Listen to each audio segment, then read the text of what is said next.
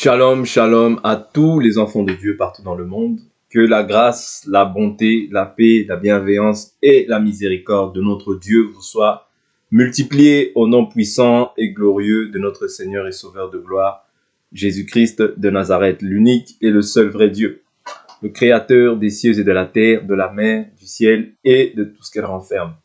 Lui qui a trouvé encore bon en ce jour que nous puissions nous présenter au-devant de vous afin de partager encore tout autour de sa parole. C'est une grâce de nous présenter encore au-devant de vous parce qu'il a plu à Dieu de renouveler en nous la vie, le mouvement et l'être. Voilà pourquoi nous lui sommes infiniment reconnaissants de cette grâce et nous lui rendons gloire pour tous ses bienfaits, pour toutes ses merveilles sans nombre dans nos vies, pour la faveur qu'il nous accorde d'être encore au-devant de vous, afin d'ajouter encore une pierre à l'édifice, parce que je vous ai toujours dit que le but de notre venue sur cette chaîne, c'est afin d'apporter toujours une pierre à l'édifice, et non pas de pouvoir nous faire voir. D'apporter une pierre à l'édifice, et ainsi, par ce canal-là, nous croyons que tous nous serons bâtis, et nous atteindrons aussi la perfection. Parce que le but pour lequel Jésus nous a réunis dans un corps, c'est afin que nous soyons parfaits comme lui-même est parfait. Donc je salue encore tous les saints, et c'est encore moi, votre bien-aimé le frère Patrick, qui vient au-devant de vous afin de partager sur le thème que nous avions débuté la semaine passée, qui s'intitule « Les faux dieux ». Donc c'est toujours sur ce thème que nous allons venir encore ajouter, enfoncer, marteler, afin que nos frères soient délivrés, nos sœurs soient délivrés de la puissance de Satan. Ouais, et qu'ils se tournent vers la puissance de Dieu. C'est très important, chers frères et sœurs. Comme je le répète, pour tous ceux qui n'ont pas de Bible, vous voyez, parce que nous voulons que tous nos frères, en fait, nos sœurs, aient aussi des Bibles, et que par ce moyen-là, quand ils nous suivent, qu'ils puissent être aussi à même de pouvoir aussi avoir une Bible. Vous pouvez toujours prendre contact avec nous et nous ferons une grande joie de pouvoir vous envoyer une Bible gratuitement. Donc, gratuitement, c'est à la demande. Donc, que chacun d'entre vous se sente libre à ce niveau-là. Donc, comme à la coutume, j'invite chacun d'entre vous à prendre vos Bibles et nous allons débuter sur notre thème. Donc, je répète, le thème va s'intituler « Les faux dieux ». Pour ceux qui n'ont pas suivi, vous pouvez toujours voir la première partie. Et ça a été fait en deux parties. Donc, il y avait une partie de 1h07 et une autre partie qui a été faite. Donc, il y a marqué 1.1 et 1.2. Donc, si ça vous intéresse, vous pouvez toujours aller le voir. Donc, nous poursuivons notre thème sur les faux dieux. Nous avions dit dans les derniers thèmes que, dans le dernier sujet que nous avons partagé sur les faux dieux, que Dieu est esprit. Vous voyez? Parce que nous avions vu où est-ce que Dieu a commencé. Dieu a commencé en Israël. En Israël, il a commencé avec, il a commencé avec d'autres, bien sûr, mais il a commencé avec Abraham. Quand on prend l'histoire d'Israël, on prend Abraham. Okay? Mais il y avait d'autres personnes avec lesquelles il avait aussi commencé. On voit Noé, on voit Noé comme personnage, on voit Noé comme personnage, on voit tous ceux qui ont suivi Noé, ouais. Mais celui avec qui il a établi une alliance, okay? Premièrement c'était Noé. Avec Noé, il a établi l'alliance de l'arc-en-ciel. Ça, on peut le lire rapidement. On peut le lire rapidement dans le livre de Genèse, au chapitre 9. L'Écriture dit, Genèse chapitre 9, verset 1, Dieu bénit Noé, ainsi que ses fils, et leur dit, soyez féconds, multipliez-vous et remplissez la terre. Vous serez un sujet de crainte et de terreur pour tout animal de la terre, pour tout oiseau du ciel, et pour tous ceux qui rampent sur le sol. Pour tous les poissons de la mer, ils sont livrés entre vos mains. Tous ceux qui rampent et qui vivent, vous servira de nourriture, et je vous le donne comme je l'ai fait des végétaux. Pourtant, vous ne mangerez pas de chair avec sa vie, c'est-à-dire avec son sang. Je fais rapidement au verset 11, l'Écriture nous dit, J'établis mon alliance avec vous. Il n'arrivera plus que toute chair soit retranchée par les eaux du déluge et il n'y aura plus de déluge pour détruire la terre. Ok? Donc, l'alliance qu'il établit, il dit, voilà, il dit, je place, non, Dieu dit, veuillez m'excuser, Dieu dit, voici le signe de l'alliance que je place entre moi et vous, ainsi que tous les êtres vivants qui sont avec vous pour les générations à venir. Je place mon arc dans la nuée, et il sera un signe d'alliance entre moi et la terre. Vous voyez, donc l'arc-en-ciel que nous voyons, vous voyez, c'est par ce moyen-là que Dieu a dit que je ne détruira plus la terre par les eaux. Dieu n'a pas dit qu'il ne détruira pas la terre. Il ne détruira plus la terre par les eaux. Ok? Donc ça, c'est l'alliance que Dieu établit avec Noé. Ok? Par la suite, nous voyons en fait Abraham, vous voyez, Abram, ok, Abram, parce que Abram veut dire père élevé, Abraham veut dire père des multitudes, ok. Dieu par la suite établit son alliance avec Abraham, ouais, et sa descendance, ok. Et l'alliance qu'il a établie avec Abraham, c'était l'alliance qui était liée à la circoncision. Ça, c'est Genèse chapitre 17. Je prends rapidement au verset 2. J'établirai mon alliance avec toi et je te multiplierai à l'extrême. Abram tomba face contre terre et Dieu lui parla en ces termes. Pour moi, voici l'alliance avec toi. Tu deviendras le père d'une foule de nations. On ne t'appellera plus du nom d'Abram, mais ton nom sera Abraham, car je te rends père d'une foule de nations. Je te rendrai extrêmement fécond. Je ferai naître de toi des nations et des rois sortiront de toi. J'établirai mon alliance avec toi et ta descendance après toi. Dans toutes leurs générations, ce sera une alliance perpétuelle en vertu de laquelle je serai ton Dieu et celui de tes descendants après toi. Je te donnerai et à tes descendants après toi le pays dans lequel tu viens d'immigrer, tout le pays de Canaan, en possession perpétuelle, et je serai leur Dieu.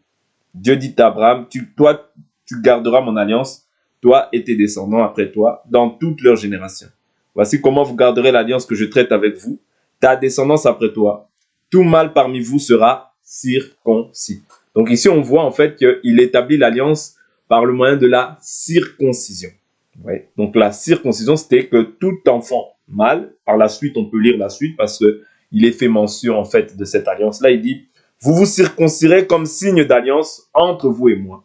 À l'âge de 8 jours, tout mâle parmi vous sera circoncis dans toutes vos générations, qu'il soit né dans la maison ou qu'il soit acquis à prix d'argent de la part d'un étranger qui n'est pas de ta descendance. On devra circoncire celui qui est né dans ta maison et celui qui est acquis avec ton argent. Ce sera dans votre chair la marque d'une alliance perpétuelle. Un mâle incirconcis qui n'aura pas subi la circoncision dans sa chair sera retranché du peuple, du milieu de son peuple. Il aura rompu mon alliance. Ok? Donc ici, on voit que Dieu établit une alliance avec Abraham, qui est le signe de la circoncision, ainsi qu'avec sa descendance. Donc dans sa descendance, nous voyons Isaac, okay, parce que Dieu a permis que Sarah soit stérile, mais par la suite, Dieu a permis que Sarah puisse avoir un enfant, et elle a eu, dans sa période de stérilité, Sarah a dit à Abraham, vu qu'elle n'enfantait pas, qu'elle aille vers sa servante Agar, et de par Agar, Abraham a eu un fils qu'on appelle Ismaël. Ok? Ismaël. Mais ce n'était pas le fils, en fait, avec la femme. C'est-à-dire, ce n'était pas le fils de Sarah. Et par la suite, Dieu a visité Abraham pour lui dire que Sarah deviendra enceinte et elle aura un fils. Sarah a eu un fils qui est Isaac. Vous voyez, elle a eu Isaac. Isaac, la Bible nous fait comprendre que c'est le fils de la promesse. Vous comprenez? La Bible nous fait comprendre que c'est le fils de la promesse. C'est-à-dire Dieu établit son alliance avec Isaac. Je continue. Je prends l'écriture. On va voir ça plus clairement. Je vais dans le livre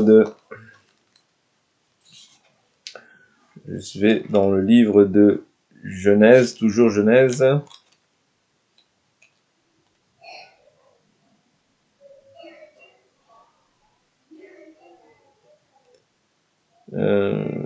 Genèse 15. Après ces événements, la parole de l'Éternel fut adressée à Abraham dans une vision, en ces termes. Sois sans crainte, Abraham. Je suis moi-même ton bouclier et ta récompense sera très grande. Abraham répondit, Seigneur éternel, que me donneras-tu? Je m'en fais 100 enfants. Et l'héritier de ma maison, c'est Eliezer de Damas. Il ajouta, tu ne m'as pas donné de descendance. Et celui qui est né dans ma maison sera mon héritier. Mais l'Éternel lui adressa la parole et dit, ce n'est pas lui qui sera ton héritier, mais bien celui qui sortira de tes entrailles qui sera ton héritier. Vous voyez? Donc ici, il nous montre bien que l'héritier, c'est celui qui sortira de ses entrailles. Ok? Donc, Isaac. Je prends encore l'écriture. Donc, dans Genèse 16, on voit en fait Sarai qui demande à Abraham d'aller vers sa servante. Mais je prends maintenant Genèse 18, verset 11. Abraham et Sarah étaient vieux, d'un âge avancé, et Sarah n'était plus en état d'avoir des enfants. Elle rit en elle-même et en disant, « Maintenant que je suis usée, aurais-je encore des désirs? Mon Seigneur aussi est vieux. » L'Éternel dit à Abraham, « Pourquoi donc Sarah a-t-elle ri en disant, « Est-ce que vraiment je pourrais avoir un enfant, moi qui suis vieille? Y a-t-il rien qui soit étonnant de la part de l'Éternel? L'année prochaine, au temps fixé, je reviendrai vers toi, et Sarah aura un fils. » Sarah mentit, « Je n'ai pas ri, dit-elle, car elle éprouvait de la crainte, mais il dit, « Si tu as ri. » Ouais, donc ici, on voit que Dieu fait un serment, ouais, un serment en disant que l'année prochaine, Sarah, ta femme, aura un fils. Okay? Donc ça, c'est la promesse. Mais maintenant, Dieu par la suite dira que j'établirai, je prends l'écriture, je cherche l'écriture où il dit que, je prends l'écriture rapidement dans le livre de Genèse chapitre 21. Dans Genèse chapitre 21. Genèse 21, je prends verset 1. L'Éternel intervint en faveur de Sarah, comme il l'avait dit. Et l'Éternel agit pour Sarah selon sa parole. Vous voyez, donc Dieu avait promis et il a agi. Sarah devint enceinte et donna un fils à Abraham dans sa vieillesse, au temps fixé dont Dieu lui avait parlé. Abraham appela Isaac le fils qui lui était né, celui que Sarah lui avait donné. Abraham circoncit son fils Isaac, âgé de 8 jours, comme Dieu le lui avait ordonné. Abraham était âgé de 100 ans à la naissance de son fils Isaac. C'est alors que Sarah dit, « Dieu a fait de moi la risée des gens. Quiconque l'apprendra rira à mon sujet. » Elle ajouta, « Qui aurait dit à Abraham que Sarah allaiterait des enfants? Cependant, je lui ai donné un fils dans sa vieillesse. L'enfant grandit et fut sevré. Abraham fit un grand festin le jour où Isaac fut sevré. Sarah vit rire le fils que l'Égyptienne Agar avait donné à Abraham. Donc ici, il s'agit d'Ismaël. Elle dit à Abraham, chasse cette servante et son fils, car le fils de cette servante n'héritera pas avec mon fils Isaac. Cette parole déplut fort à Abraham à cause de son fils. Mais Dieu dit à Abraham, n'aie pas de déplaisir à cause du garçon de ta servante. Accorde à Sarah tout ce qu'elle te demandera, car c'est par Isaac que tu auras une descendance qui porte ton nom. Ouais, donc ici, il parle de la descendance qui porte son nom. Il dit, c'est par Isaac que tu auras une descendance qui porte ton nom. Je ferai aussi une nation du fils de ta servante, car il est ta descendance. Abraham se leva de bon matin, il prit du pain, une outre d'eau, qu'il donna à Agar et plaça sur son épaule. Il lui remit aussi l'enfant et il la renvoya. Pourquoi j'ai pris ces écritures?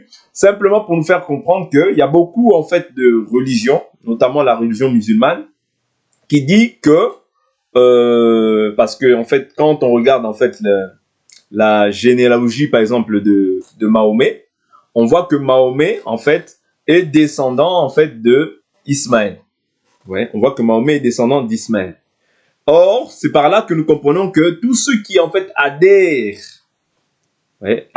parce que eux aussi en fait ils ont pour père Abraham, mais tous ceux qui adhèrent en fait à cette religion, sont dans l'égarement. Pourquoi? Parce que nous voyons bien ici que Dieu fait son alliance avec Abraham et sa descendance. Et il dit ici, il est mentionné ici que il fera en fait son alliance avec Isaac. Et d'Isaac, nous voyons Jacob. Jacob qui a eu aussi 2 enfants. Ésaü, vous voyez, Jacob qui a eu, Isaac qui a eu 2 enfants, Ésaü et Jacob. Vous voyez, mais l'Écriture prévoyait déjà d'avance, parce que ça c'est Romain qui nous parle de ça, en nous disant que j'ai haï Ésaü, j'ai aimé Jacob. Vous voyez, Jacob dans son nom veut dire supplanteur. Okay? Dans son nom veut dire supplanteur. Mais Dieu, à cause de l'élection, vous voyez, il avait déjà élu et établi Jacob. Bien qu'il était le fils, le cadet, mais dans le plan de Dieu, Dieu déjà l'avait élu. Voilà pourquoi je dis souvent que le salut, c'est une histoire d'élection. Oui, c'est une histoire d'élection. Ça ne dépend pas de l'effort des hommes, mais c'est l'élection de Dieu. C'est le choix de Dieu. Comprenez? C'est ça le salut, c'est le choix de Dieu. Quand Dieu te choisit, tu es un bienheureux. Ouais, tu es un bienheureux de l'Éternel quand tu es connu de Dieu, quand tu es choisi de Dieu. Ok? Parce que Romain nous fait comprendre, je vais prendre l'Écriture rapidement. Hein. C'est important de lire la parole. C'est la nourriture de l'âme des enfants de Dieu. Romains chapitre 9. Je prends à partir du verset 9. L'Écriture dit, voici en effet la parole, voici en effet la parole de la promesse. À cette même époque, je viendrai et Sarah aura un fils. Bien plus, il en fut ainsi de Rebecca, qui conçut seulement d'Isaac notre père. Car les enfants n'étaient pas encore nés. Vous voyez, ici c'est l'élection. Car les enfants n'étaient pas encore nés. Vous voyez? Et ils n'avaient fait ni bien ni mal. Pourtant, afin que le dessein de Dieu, le dessein c'est le plan de Dieu. C'est le plan de Dieu. Le dessein de Dieu demeure selon l'élection, qui dépend non des œuvres, mais de celui qui appelle. Il fut dit à Rebecca, l'aîné sera asservi au plus jeune. Selon qu'il est écrit, j'ai aimé Jacob et j'ai haï Ésaü. Oui? J'ai aimé Jacob et j'ai haï Ésaü. Ici, on voit l'élection. Oui? Voilà pourquoi je dis toujours que un élu de Dieu, un élu véritable ne peut pas se perdre. Mais nous essayons de mettre des balustrades quand nous prêchons ça. Pourquoi?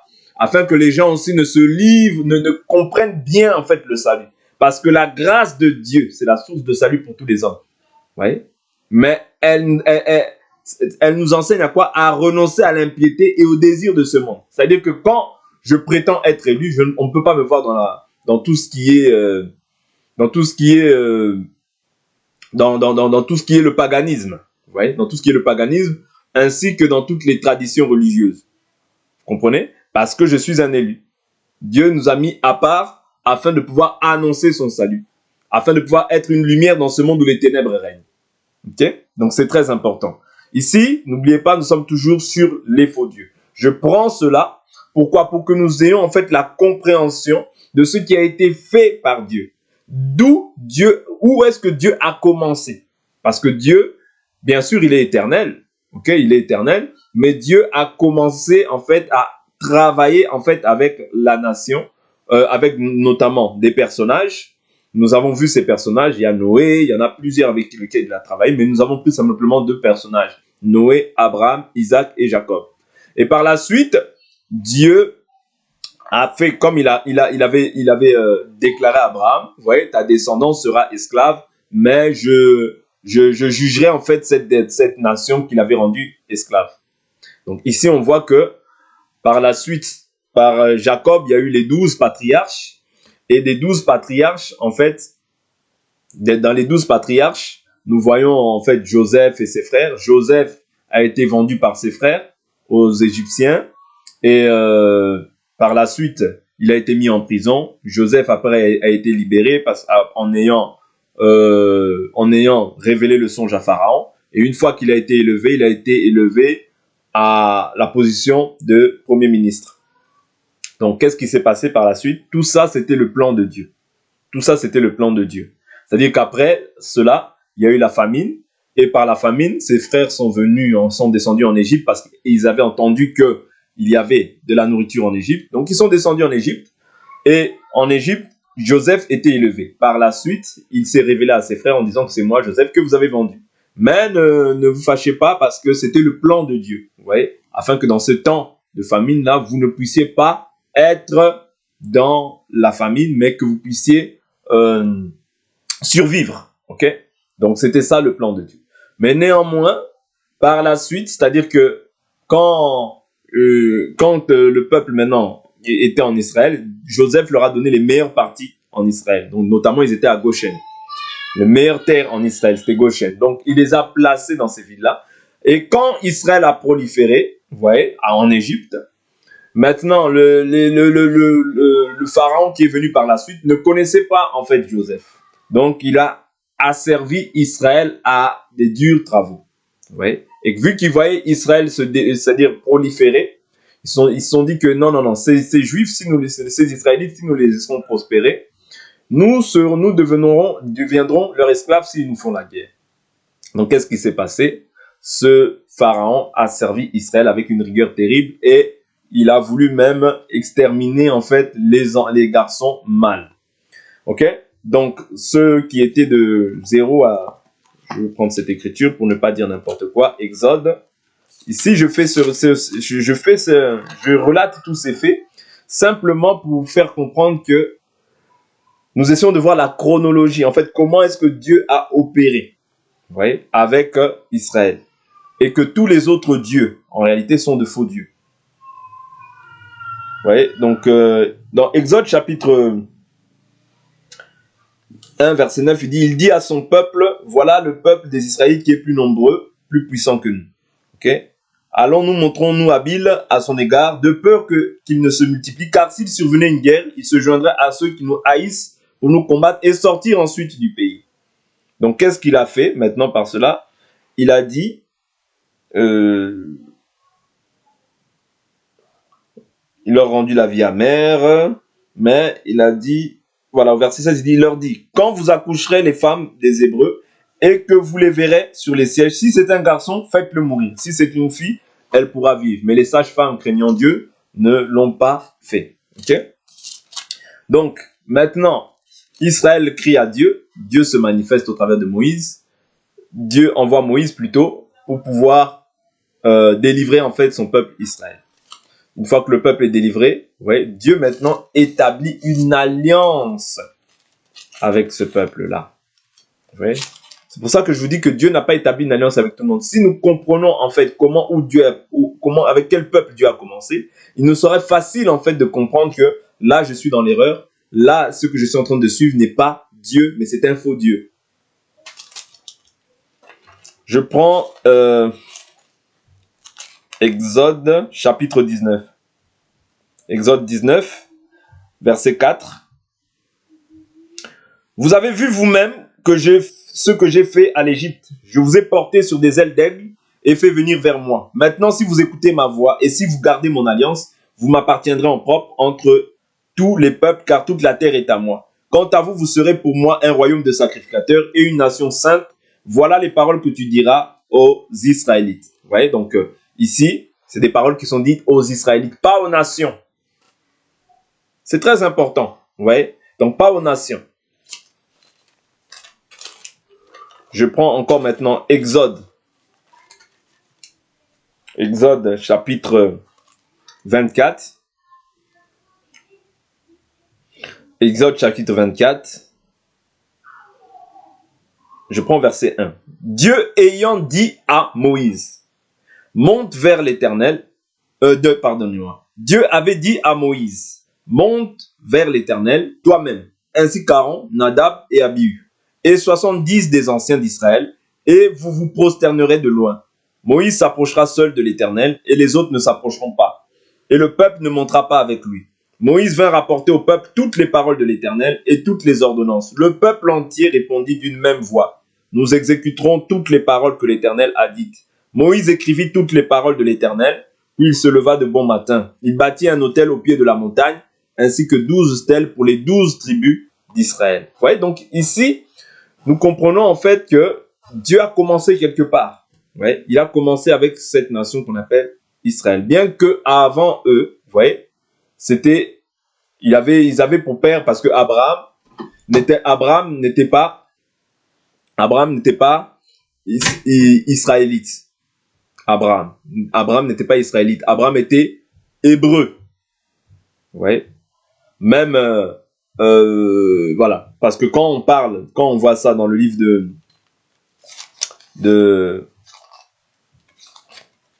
on peut voir ça, hein, ils étaient hébreux, fils de Héber, donc ils étaient hébreux. Ouais. On parle souvent du Dieu des Hébreux. Ça, je peux voir ça. Je prends une écriture rapidement dans le livre de Genèse. Genèse chapitre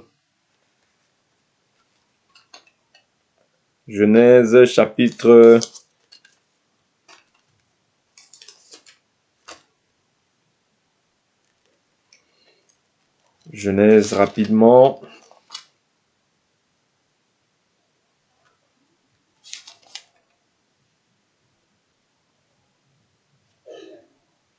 Je peux prendre ici Genèse chapitre...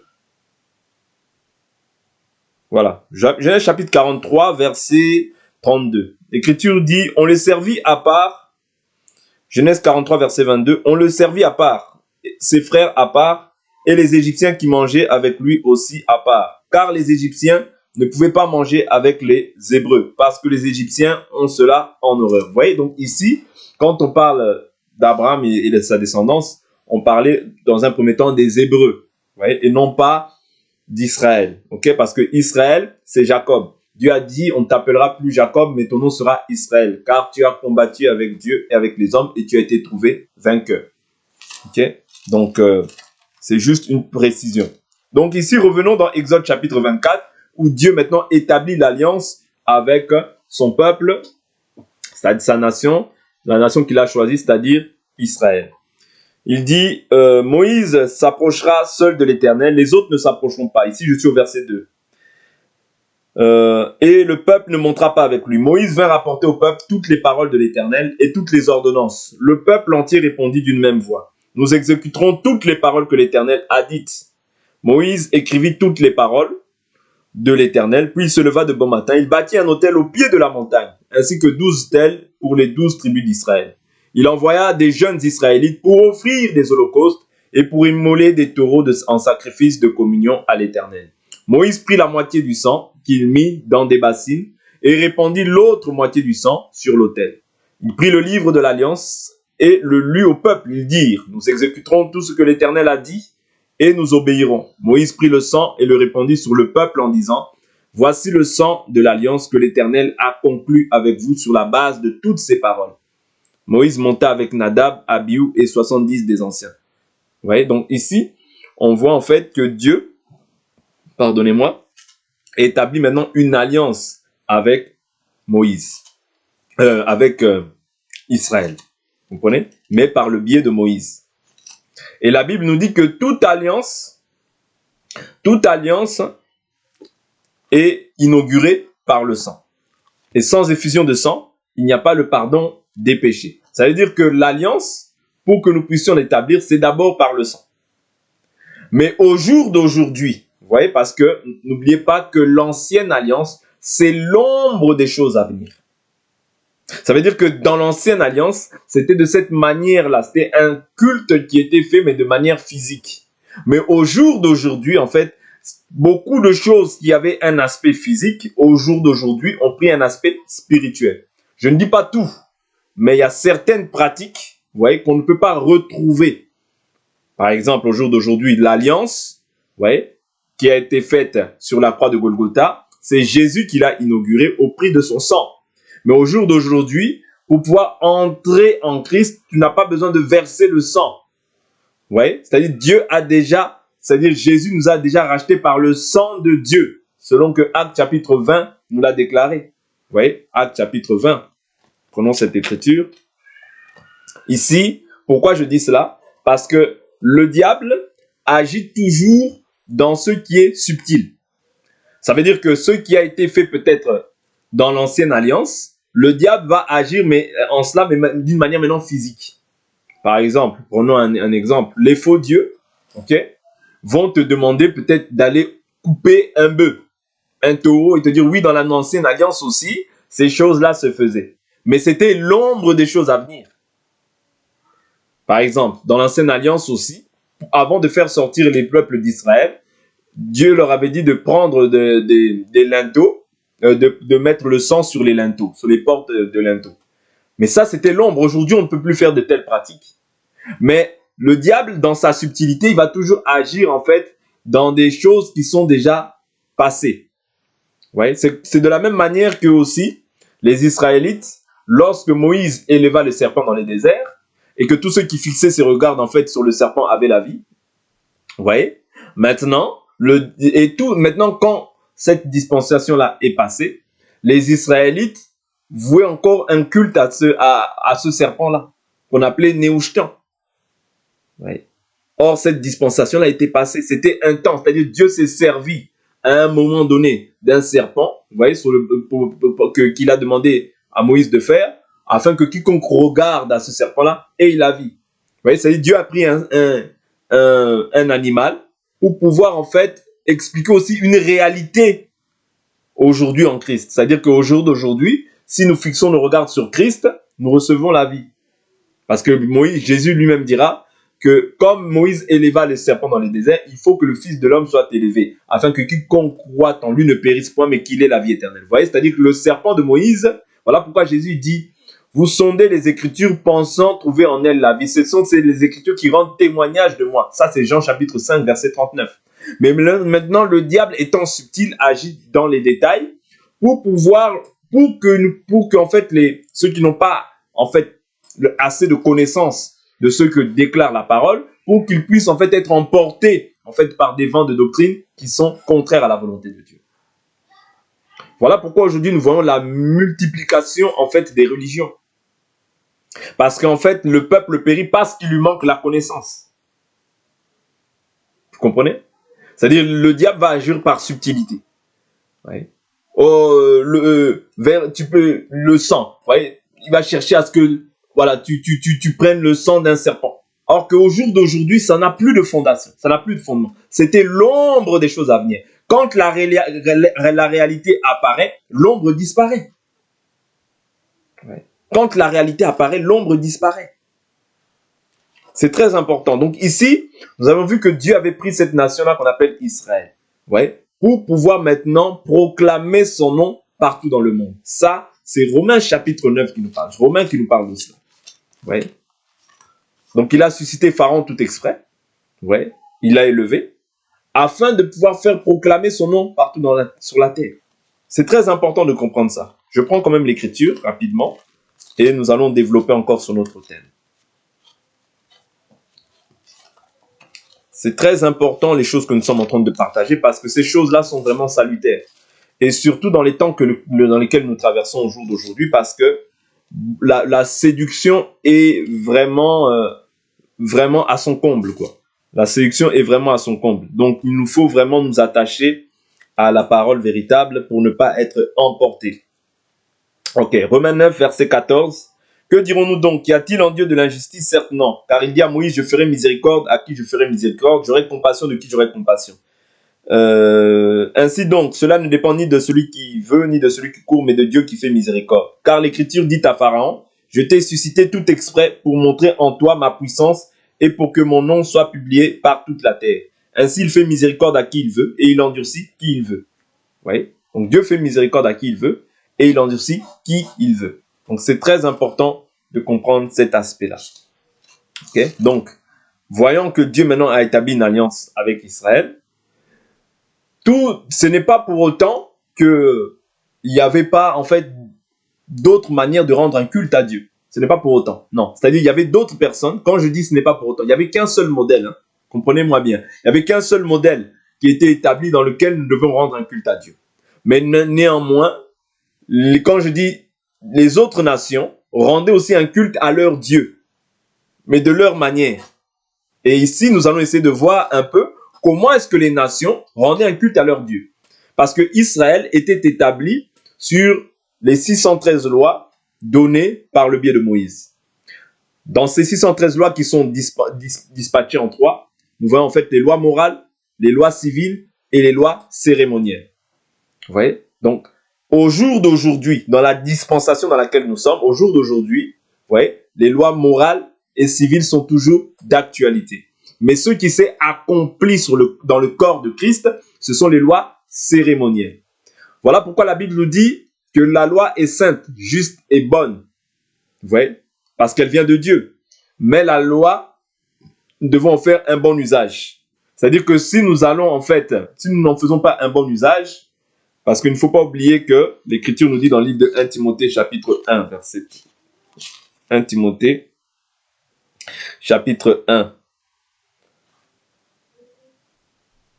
verset 8, l'Écriture nous dit « Nous savons que la loi est bonne, pourvu qu'on en fasse un usage légitime, et qu'on sache que la loi n'est pas faite pour le juste. » Vous voyez, quand on demeure dans la loi, dans toute la loi, ce n'est pas fait pour le juste. Vous voyez, mais pour les méchants et les indisciplinés, les impies et les pécheurs, les sacrilèges et les profanes, les parricides et les matricides, les meurtriers, les débauchés, les homosexuels, les trafiquants d'esclaves, les menteurs, les parjures et tous ceux qui en outre est à l'opposé de la saine doctrine. Vous comprenez? Est-ce que vous comprenez? C'est très important de comprendre ces aspects-là. Parce que la loi dit œil pour œil, dent pour dent. Tu ne peux plus pratiquer ça aujourd'hui. Mais Jésus te dit, vous avez entendu qu'il a été dit, œil pour œil, dent pour dent. Moi, je vous dis. Vous comprenez? C'est-à-dire, aujourd'hui, Jésus vient abolir certaines choses pour accomplir, en fait, la loi, la volonté parfaite de Dieu. Parce que la loi, c'était un pédagogue pour nous conduire à la grâce. Or, un pédagogue, c'était un enseignant. C'est-à-dire que sans loi, vous voyez, sans loi, ça aurait été la débandade. Sans loi, ça aurait été chacun fait comme il veut. Vous voyez, Dieu a permis qu'il y ait la loi afin qu'il y ait un petit ordre. Même au jour d'aujourd'hui, lorsqu'on regarde le code civil, vous voyez, il y a beaucoup, en fait, de choses qui s'appuient sur la loi de Dieu. Vous comprenez? Donc, c'est très important que nous n'abolissons pas la loi dans son entièreté. Paul dit, mais nous confirmons la loi, mais pourvu qu'on en fasse un usage légitime. Ouais, donc, il ne faut pas prendre toute la loi et commencer maintenant à la pratiquer à la lettre. Non. Parce que la Bible, nous avons vu, en fait, pour qui est toute la loi. Ok? Donc, nous avançons. Donc, nous voyons que les faux dieux, quand je parle des faux dieux, je parle aussi des fausses églises, je parle aussi des fausses religions, vous voyez, qui sont établies un peu partout dans le monde pour pouvoir, en fait, perdre un maximum d'âmes, vous voyez, pour les amener, en fait, loin de la vérité. C'est ceux qui avaient été déjà prophétisés par notre frère, l'apôtre Paul, vous voyez, qui dit que dans les derniers temps, plusieurs abandonneront la foi pour s'attacher à quoi? À des esprits séducteurs et à des doctrines de démons. Vous comprenez? Toute doctrine de démons, c'est toute doctrine qui ne s'appuie pas sur la doctrine de Christ ou bien sur la saine doctrine qui a été prêchée par les apôtres. Maintenant, nous avions dit que les nations aussi avaient leur manière de célébrer un culte à Dieu. Vous voyez? Leur manière de célébrer un culte à Dieu. Nous pouvons voir en fait cela.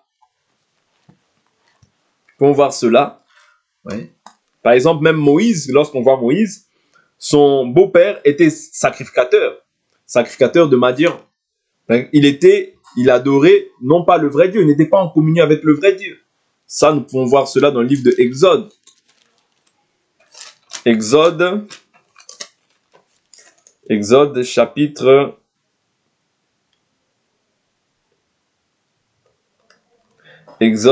chapitre 18. Jéthro, sacrificateur de Madian, beau-père de Moïse, apprit tout ce que Dieu avait fait pour Moïse et pour Israël, son peuple, à savoir que l'Éternel avait fait sortir Israël d'Égypte. Vous voyez? Et ici, Jéthro était en communion, mais avec les idoles, pas avec le véritable Dieu.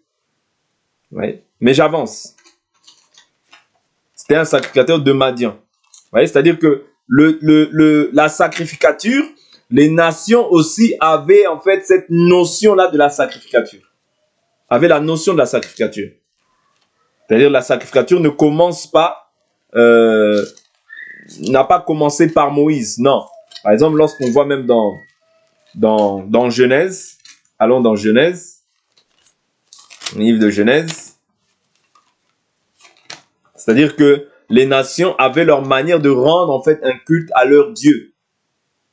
ouais, avaient leur manière de rendre un culte à leur Dieu. Je prends l'écriture dans Genèse. Genèse, où il est fait mention. Je cherche l'écriture, je vais la trouver. Où il est fait mention que des prêtres, que la terre des prêtres n'était pas vendue.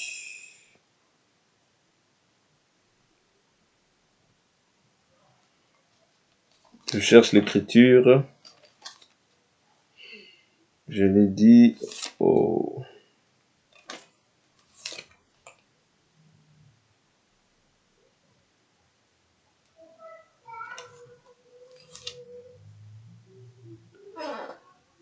Alléluia.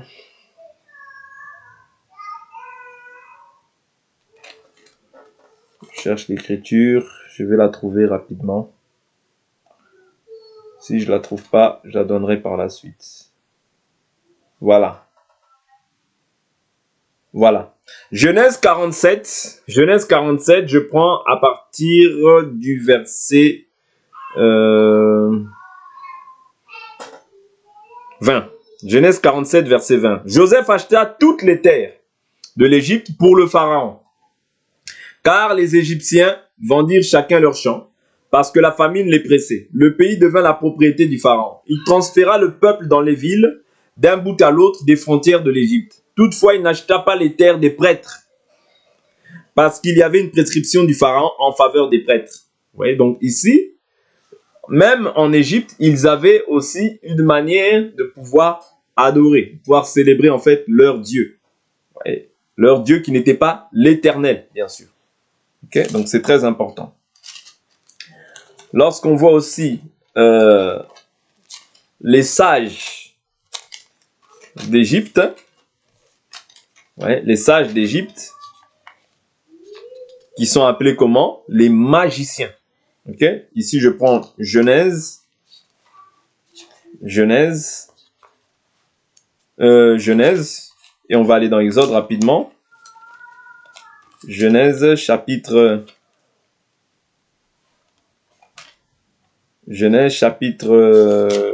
41.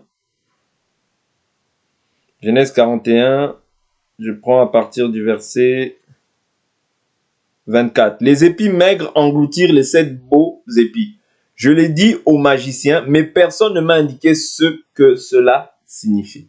Ouais, je l'ai dit aux magiciens, mais personne ne m'a indiqué ce que cela signifie. Donc ici, on parle de magiciens. C'est-à-dire qu'il y a des sages en Égypte, mais ce sont des magiciens.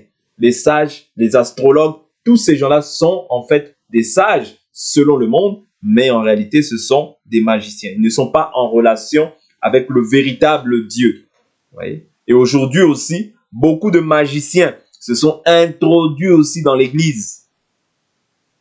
Je prends encore une autre écriture. Genèse 41, verset 8. Le matin, le Pharaon eut l'esprit agité et fit appeler tous les magiciens et tous les sages de l'Égypte. Le Pharaon leur raconta ses rêves, mais personne ne put expliquer au Pharaon. Oui? Donc, il y a aussi des sages en Égypte, mais ce sont en réalité des magiciens. Ok? Magiciens. Ce ne sont pas, en fait, ils ne sont pas en communion avec l'Éternel, notre Dieu. Voilà pourquoi nous croyons en fait qu'il y a beaucoup de gens aussi qui se sont introduits au jour d'aujourd'hui dans la bergerie, mais en réalité, ce sont aussi des magiciens, des démons. Ouais. Des démons qui viennent simplement pour pouvoir écarter les enfants de Dieu de la vérité. Je prends encore d'autres écritures dans le livre de Exode qui vont nous aider.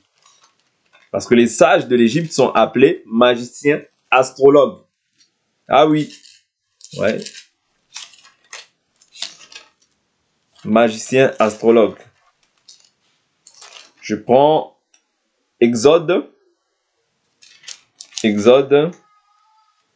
Ce sont des choses que vous savez en étant des enfants de Dieu. Exode chapitre 7. Exode chapitre 7, je prends à partir du verset 8. L'Écriture nous dit: L'Éternel dit à Moïse et à Aaron, si le Pharaon vous parle et vous dit, faites un prodige, tu diras à Aaron, prends ton bâton et jette-le devant le Pharaon. Cela deviendra un reptile. Moïse se rendit avec Aaron auprès du Pharaon et ils agirent comme l'Éternel l'avait ordonné. Aaron jeta son bâton devant le Pharaon et devant ses serviteurs. Et cela devint un reptile. Mais le Pharaon appela des sages et des sorciers. Donc les sorciers existent.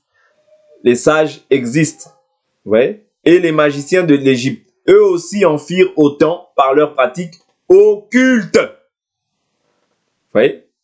Voilà pourquoi nous croyons que quand un enfant de Dieu croit, il ne croit pas par rapport au miracle.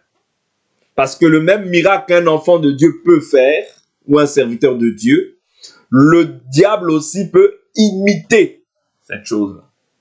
Voilà pourquoi un enfant de Dieu qui est fondé sur les miracles, ce n'est pas ça la foi. La Bible nous dit que plusieurs viendront en ce jour et me diront, n'avons-nous pas fait beaucoup de miracles en ton nom, prophétisé en ton nom? Mais je leur dirai, je ne vous ai jamais connu. C'est-à-dire qu'on ne croit pas au miracle, on ne croit pas par rapport au miracle. Mais les miracles, c'est ceux qui accompagnent ceux qui ont cru. C'est-à-dire qu'il faut croire au préalable et les miracles accompagneront. Et d'ailleurs, un enfant de Dieu qui est bien enseigné, le miracle, c'est quelque chose qu'il vit au quotidien. Vous comprenez? Le miracle ne l'effraie point.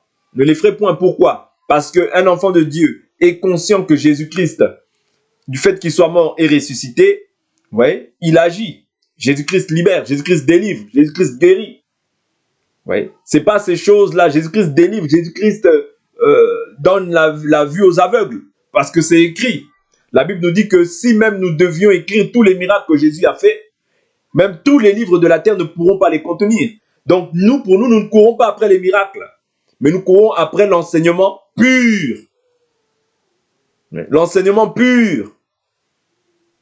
Vous comprenez? Parce que quand l'enseignement est pur, non frelaté, non dilué, c'est la nourriture de mon âme. Et c'est ça qui me conserve dans la pureté, dans la sainteté. Mais quand tu vois un enfant de Dieu courir après les miracles, comprends qu'il va entendre un Jésus qui est sorti au Ghana, il court au Ghana. Un Jésus qui est sorti au Congo, il court au Congo. Un Jésus qui est sorti au Botswana, il court au Botswana. Non, un enfant de Dieu n'est pas comme ça. Un enfant de Dieu doit être vêtu, assis et dans son bon sens. Lorsque le démoniaque a été guéri, il était assis, vêtu et dans son bon sens. Il était assis au pied de Jésus. Parce que quand on est assis auprès d'un maître vêtu, c'est-à-dire qu'il avait revêtu le Christ. Ben voilà pourquoi la Bible nous dit dans le livre de Romains, revêtez-vous de Christ et ne vous mettez pas en souci de la chair pour en satisfaire les convoitises. Et il avait maintenant du bon sens. Pourquoi? Parce que autrefois, il dormait dans les tombeaux. Oui, dans les tombeaux. Or, nous croyons que les tombeaux aussi, ce sont les faux enseignements. Les fausses églises, ce sont des tombeaux. Ce sont des tombeaux. Parce que souvenez-vous, lorsque Jésus voit les pharisiens, il leur dit « tombeau blanchi ». C'est-à-dire ils embellissent la surface, mais au-dedans, ce sont des lourds, ce sont des ossements de mort. C'est-à-dire il n'y a pas la vie. Là où il n'y a pas la vie, c'est la mort. C'est-à-dire dans les fausses églises, c'est la mort. Ce sont aussi des tombeaux blanchis. De même, ces religions, l'islam, tout ça, kimbanguistes, presbytériens, luthériens, protestants, ce sont des tombeaux blanchis. Vous comprenez?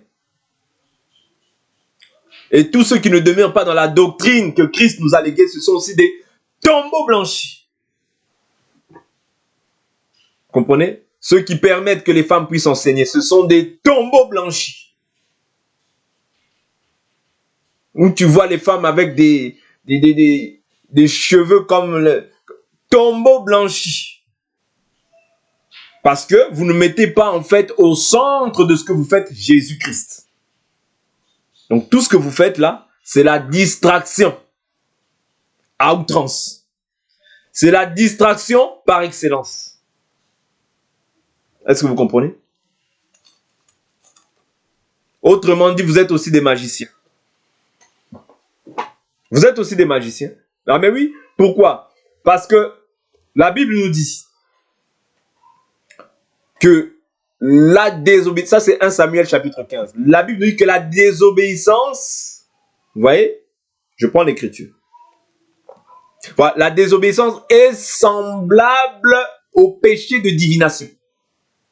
Ouais. C'est-à-dire quand toi tu désobéis à Dieu, quand toi tu enlèves un iota de la parole, je peux t'appeler sorcier, je n'ai pas péché.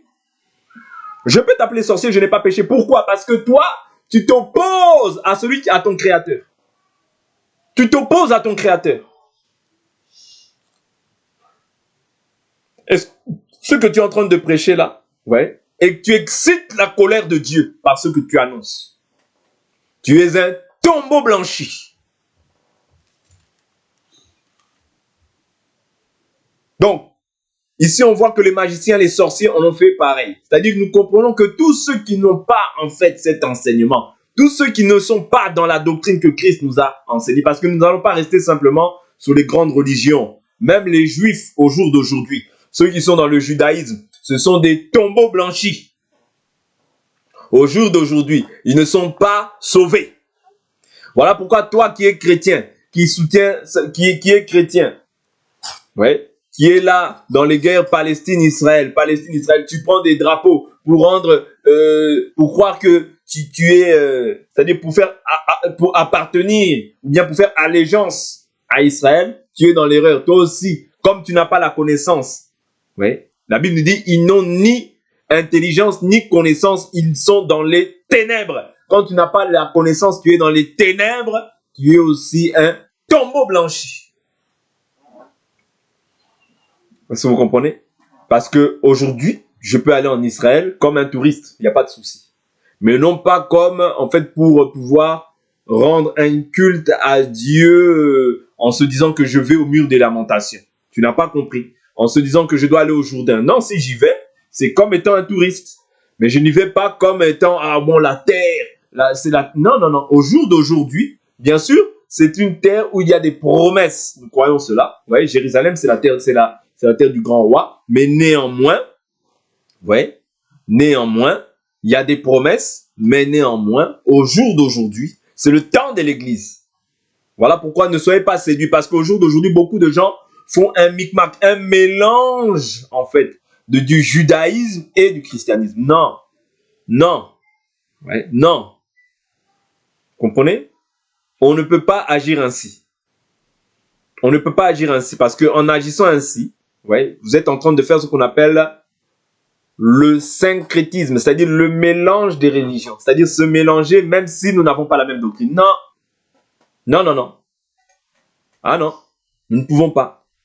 De même que je ne peux pas prier avec une personne parce qu'on prie sur base de l'enseignement. Quelqu'un qui n'a pas le même enseignement que moi, comment je peux prier avec lui? Comment on peut s'accorder? On ne peut pas s'accorder. Parce que la Bible nous dit deux hommes ne peuvent marcher ensemble s'ils en ont convenu au préalable. C'est-à-dire pour marcher avec une personne, il faut qu'au préalable, nous ayons la même doctrine. C'est la doctrine qui permet que nous puissions marcher ensemble. Si nous ne marchons pas, d'un même pas, nous nous séparons. Parce que Paul s'est séparé aussi de Barnabas. Vous voyez, il y a eu un désaccord, ils sont séparés. Ce n'est pas antidoctrinal. Mais ce qui est antidoctrinal, c'est quoi? C'est d'apporter un autre évangile. Vous voyez, d'apporter un autre évangile. Ou bien créer la division. Vous voyez, je ne sème pas la division, mais c'est-à-dire, je peux me séparer d'une personne. Vous voyez, Christ n'est pas divisé. C'est ça que Paul nous dit. Christ n'est pas divisé. Vous voyez, donc moi, je ne peux pas apporter la division. Mais je peux, si quelqu'un, je vois qu'il ne marche pas bien, je peux me séparer de lui. Ce n'est pas un souci. Ce n'est pas un péché. Je n'ai pas péché. Je me sépare, mais je ne divise pas. Je n'apporte pas un autre enseignement. Vous voyez, je ne cherche pas la division entre les frères. Je ne cherche pas à attirer les frères après moi. Non, ça c'est mauvais. Vous comprenez? Donc c'est très important. Ce sont des éléments que nous devons retenir nous aussi, ayant la bonne doctrine. Non pas que nous en orgueillissons, mais nous voulons demeurer en fait dans ce qui est écrit. Donc nous avons vu que les peuples aussi avaient leur manière de rendre un culte à leur Dieu. Et leur culte qu'ils rendaient à leur Dieu, nous allons prendre ça aussi dans le livre de...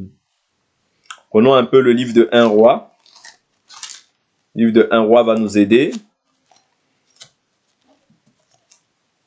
Un roi va nous aider. Un roi 10. Un roi 18. Un roi 18. Ici, on voit Élie ainsi que les prophètes des Baals. Vous voyez, et les prophètes d'Achéra. Ok, je prends 1 roi 18 à partir du verset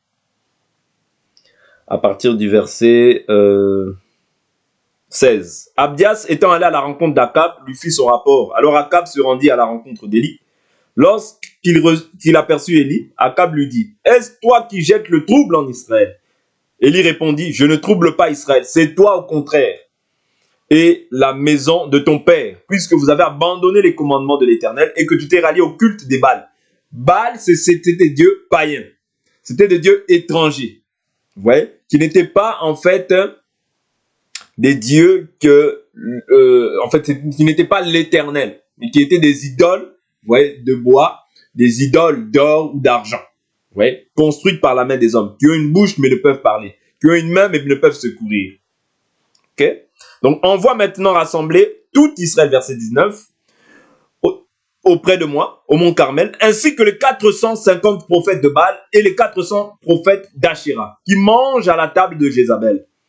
Akab envoya des messagers vers tous les Israélites, rassembla les prophètes au mont Carmel. Alors Élie s'approcha de tout le peuple et dit, jusqu'à quand clocherez-vous des deux côtés? Si l'Éternel est Dieu, ralliez-vous à lui. Ouais. Si c'est Baal, ralliez-vous à lui. Le peuple ne lui répondit rien. Élie dit au peuple, je suis resté moi seul, prophète de l'Éternel, et il y a 450 prophètes de Baal. Ici, je veux simplement nous faire comprendre que ce n'est pas la multitude des prophètes qui détermine qu'ils ont Dieu. Non, Dieu n'est pas avec forcément la multitude, non. Dieu est le Dieu de ceux qui gardent jalousement et fidèlement sa parole. Dans Israël, là, c'était Élie, ouais, qui avait l'Éternel. Pourtant, il n'était pas entouré de plusieurs. Que l'on nous donne 2 taureaux et qu'ils choisissent pour eux un taureau, qu'ils le découpent et qu'ils le mettent sur le bois sans y mettre le feu. Quant à moi, je préparerai l'autre taureau et je le placerai sur le bois sans y mettre le feu. Puis invoquez le nom de votre Dieu, j'invoquerai le nom de l'Éternel, le Dieu qui répondra par le feu. C'est lui-là qui sera Dieu. Tout le peuple répondit, d'accord. Élie dit au prophète de Baal, choisissez pour vous un taureau, préparez-le les premiers, car vous êtes les plus nombreux. Invoquez le nom de votre Dieu, mais ne mettez pas le feu. Ici, j'insiste, le Dieu dont Élie parle, c'est un D minuscule. Je vous ai dit, quand on parle du Dieu véritable, on met le D majuscule. Mais quand on parle d'un faux Dieu, on met un D minuscule. C'est un détail, mais que vous devez connaître. Il dit alors, verset 25, Élie dit au prophète de Baal, choisissez pour vous un taureau, préparez les premiers, car vous êtes les plus nombreux. Invoquez le nom de votre Dieu et ne mettez pas le feu. Ils prirent le taureau qu'on leur donna, ils le préparaient et ils invoquèrent le nom de Baal depuis le matin jusqu'à midi en disant, Baal, réponds-nous. Mais ni voix, ni réponse. Et ils sautaient devant l'autel qu'ils avaient fait. À midi, Élie se moqua d'eux et dit, criez à haute voix. Ouais, criez à haute voix, puisqu'il est Dieu. Il pense à quelque chose. Où il est occupé, ou il est en voyage, peut-être qu'il dort et qu'il se réveillera. Ils crièrent à pleine voix et ils se firent selon leur coutume. Ouais, selon leur coutume, des incisions avec des épées et des lances, jusqu'à ce que le sang coule sur eux. Lorsque midi fut passé, ils prophétisèrent jusqu'au moment de la présentation de l'offrande. Mais il n'y eut ni voix, ni réponse, ni signe d'attention. Ouais. Donc ici, on voit qu'ils ont prophétisé. C'est pas parce que quelqu'un prophétise qu'il est de Dieu. Non. Ce n'est pas parce que quelqu'un te dit en fait une exactitude dans la prophétie qu'il est de Dieu. Non, fais attention. Là, par rapport à cette écriture, je vais aller vous prendre une écriture dans Deutéronome. Vous allez voir ce que Deutéronome dit. Deutéronome dit quoi? Si un prophète ou un songeur vient au milieu de toi, qu'il t'annonce une prophétie, et que cette prophétie aussi s'accomplisse exactement, et qu'il te dise par la suite, allons nous rallier à d'autres dieux, des dieux que ni toi ni vos pères avez connus, vous n'y prendrez pas, vous n'y prendrez pas garde. C'est-à-dire, vous ne le suivrez pas. C'est ton Dieu qui te met à l'épreuve pour savoir si tu l'aimes. C'est-à-dire, Dieu peut permettre aussi, vous voyez, pour t'éprouver, vous voyez, d'envoyer comme ça un songeur ou un faux prophète pour savoir si tu l'aimes réellement. Vous comprenez? C'est-à-dire, Dieu peut permettre que cette chose-là t'arrive. Qu'on prophétise ta vie avec exactitude. Mais c'est simplement pour savoir si tu l'aimes de tout ton cœur, de toute ton âme, de toute ta force, de toute ta pensée. Vous comprenez? C'est très important. C'est-à-dire qu'il ne faut pas négliger ces yotas-là. Je continue. Verset 30. Élie dit à tout le peuple, approchez-vous de moi. Tout le peuple s'approchera de lui. Alors Élie rétablit l'autel de l'Éternel qui avait été renversé. Vous voyez? C'est-à-dire que la Bible nous dit, psaume 11.3, quand les fondements sont réservés, le juste, que fera-t-il? C'est-à-dire le juste, c'est ça la part du juste. C'est-à-dire rétablir maintenant le fondement qui a été renversé. Parce que l'autel, c'est aussi l'enseignement. Vous voyez? C'est-à-dire, par l'autel, nous recevons l'enseignement. Parce que Jésus dit quoi? Jésus nous dit, ce n'est pas l'offrande qui sanctifie l'autel, mais c'est l'autel qui sanctifie l'offrande. Ça veut dire, l'autel, vous voyez, sur laquelle l'offrande est posée, c'est ça qui sanctifie, c'est l'autel qui sanctifie l'offrande. Parce que si l'autel est conforme, tout ce que nous allons sacrifier, vous voyez, au-dessus de cet autel, sera aussi pur. Vous voyez? Parce que l'autel, c'est l'enseignement. Mais si, en fait, tout ce que nous mettons sur l'autel n'est pas pur, toutes ces choses-là, en fait, même si vous invoquez, même si vous priez sur un autel qui est déjà déformé, qui est déjà renversé, tout ce qui va se faire, là, en fait, Dieu n'est pas avec vous. Voilà pourquoi, avant de pouvoir faire quoi que ce soit, il faut au préalable que l'autel soit conforme à celui, en fait, sur lequel est posé, celui que les apôtres ont posé. Sinon, sans quoi nous demeurons, en fait, dans un faux, dans quelque chose de faux, quelque chose qui n'édifie pas, quelque chose qui n'est pas la gloire de Dieu, et Dieu n'est pas glorifié dans ça. Vous comprenez? Parce que Dieu, l'Éternel, est derrière sa parole pour l'accomplir. Il n'est pas devant sa parole, mais il est derrière sa parole. Voilà pourquoi quand toi, tu places sa parole au centre de tout ce que tu fais, tu verras en fait que l'Éternel t'accompagnera. Aussi simple que ça. Vous voyez, donc Élie, avant de faire quoi que ce soit, il doit d'abord rétablir l'autel. Parce que l'autel sur lequel eux, ils ont invoqué était déjà biaisé, était déjà voué à l'échec. Élie prit 12 pierres. Voilà, Élie rétablit l'autel de l'Éternel qui avait été renversé. Élie prit 12 pierres d'après le nombre des tribus des fils de Jacob. Comment l'autel a été renversé? Ça, je vais insister sur ça. Il a été renversé par la suite, en fait, des fausses adorations. Vous voyez, comme il y a eu fausse adoration, l'autel est renversé. Mais maintenant, pour qu'il y ait vraie adoration, il faut que l'autel, premièrement, soit rétabli. Le rétablissement de l'autel, c'est ça la communion avec Dieu. C'est là que la gloire de Dieu se manifeste. En dehors du vrai autel, Dieu n'est pas. Oh, mais il y a eu des miracles. On a vu que les prophètes de Baal ont fait des miracles. Oh, mais ils font ceci ou cela. Il y a des activités. Dieu n'est pas là. Ce sont en fait des choses, des hommes. Oh, mais l'église, elle est bien. Nous avions vu les apôtres là-bas qui ont dit à Jésus, vois le temple. Ils faisaient en fait ils étaient en train de rendre des éloges à ce temple. Mais Jésus dit, il ne restera pas pierre sur pierre qui soit renversée. Donc, inutile de pouvoir, en fait, s'attacher au lieu, mais attache-toi plutôt au fondement qui a été posé pour ton salut. Élie dit alors à tout le peuple, approchez-vous de moi. Tout le peuple s'approcha de lui.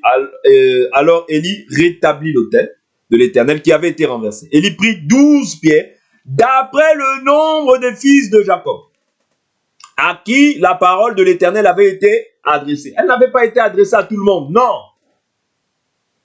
En ces termes, Israël sera ton nom. Il bâtit avec ses pierres un autel au nom de l'Éternel. Il fit autour de l'autel un fossé de la capacité de 2 mesures de semences. Il arrangea le bois, découpa le taureau et le mit sur le bois. Puis il dit, remplissez d'eau 4 cruches et versez-les sur l'holocauste et sur le bois. Et il dit, faites-le une seconde fois. Ils le firent une seconde fois. Il dit, faites-le une troisième fois. Ils le firent une troisième fois. L'eau coula autour de l'autel. Et on remplit aussi d'eau le fossé. Au moment de la présentation de l'offrande, le prophète Élie s'avança et dit, l'Éternel Dieu d'Abraham, d'Isaac et d'Israël, que l'on reconnaisse aujourd'hui que c'est toi qui es Dieu en Israël et que je suis ton serviteur et que j'ai fait toutes ces choses par ta parole. Réponds-moi, Éternel, réponds-moi, afin que ce peuple reconnaisse que c'est toi, Éternel, qui es Dieu et que c'est toi qui ramènes leur cœur. Oui. Alors le feu de l'Éternel tomba, il consuma l'holocauste, le bois, les pierres et la terre, et il absorba l'eau qui était dans le fossé. Quand tout le peuple vit cela, ils tombèrent la face contre terre et dirent, c'est l'Éternel qui est Dieu, c'est l'Éternel qui est Dieu. Élie leur dit, saisissez les prophètes de Baal, qu'aucun d'eux n'échappe. Ils les saisirent et il les fit descendre au torrent de Kishon, où il les égorgea. Je vous dis simplement ça pour vous faire comprendre que ce sera la fin aussi de tous les faux prophètes. C'est-à-dire, Jésus dit, la fin des faux prophètes, ce sera quoi? Ce sera en fait qu'ils seront éloignés de Dieu. Voilà pourquoi Jésus dira, éloignez-vous de moi, vous qui commettez l'iniquité. Je vous ai dit que toute injustice est un péché. L'Écriture, c'est ce qu'elle dit. Toute injustice est un péché. C'est-à-dire que quand je ne demeure pas dans la justice de Dieu, dans la doctrine de Christ, je suis déjà injuste. Et si j'apporte un autre évangile, je suis déjà maudit. Nul n'est question pour moi de maudire quelqu'un qui est déjà maudit. Parce que la Bible dit, si même un ange, ou si même nous vous annonçons un autre évangile que celui qui a été annoncé, qu'il soit maudit. C'est-à-dire que la malédiction est liée au fait de présenter quelque chose, en fait, qui est contraire à la parole de Dieu. C'est ça la malédiction.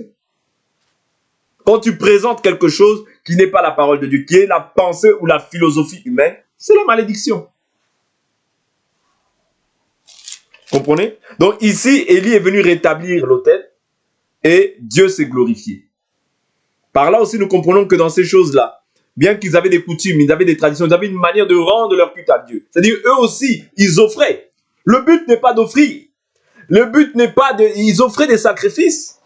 Comme aujourd'hui, nous offrons quoi? Le sacrifice de nos lèvres. Qu'est-ce que nous offrons? Le sacrifice de notre corps. Romains 12. Le sacrifice de nos lèvres. Par lui, offrez sans cesse un sacrifice de louange à Dieu, c'est-à-dire le fruit de vos lèvres qui confesse son nom. C'est-à-dire, les louanges, c'est le sacrifice de nos lèvres. Vous voyez? Et la Bible nous dit aussi dans le livre de 1 Pierre 3 d'offrir quoi? Je prends l'écriture rapidement. Donc le problème n'est pas d'offrir. Le problème est d'offrir en étant en communion avec le véritable. Parce que c'est en étant en communion avec le véritable que tu auras la paix avec ton Seigneur. En dehors de ça, tu n'as pas la paix avec ton Dieu. Tu demeures en fait dans des choses qui ne sont pas à la gloire de Dieu, mais à la gloire des hommes. Je prends une écriture.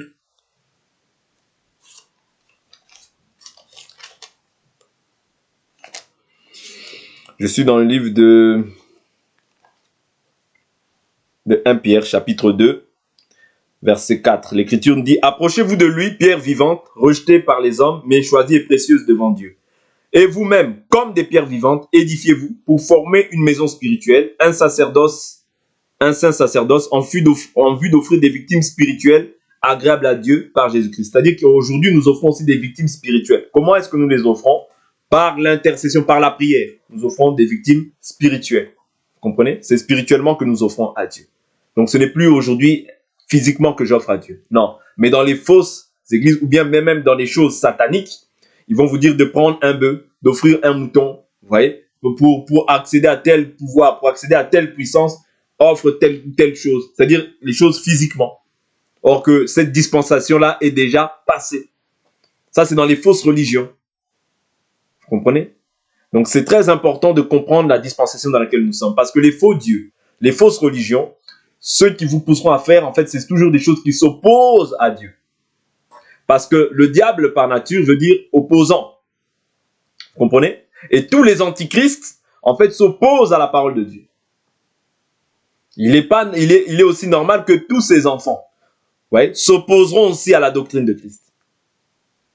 Tous ses serviteurs, du moins, s'opposeront toujours à la doctrine de Christ. C'est par là que nous connaissons, en fait, ceux qui sont de Dieu et ceux qui sont du diable. Vous comprenez? Donc, c'est très important de garder jalousement et fidèlement ce que Dieu nous a donné pour notre salut. Parce que mettre foi à une autre doctrine, mettre foi à un faux Dieu ou un faux enseignement, te disqualifie. Te disqualifie. Oui.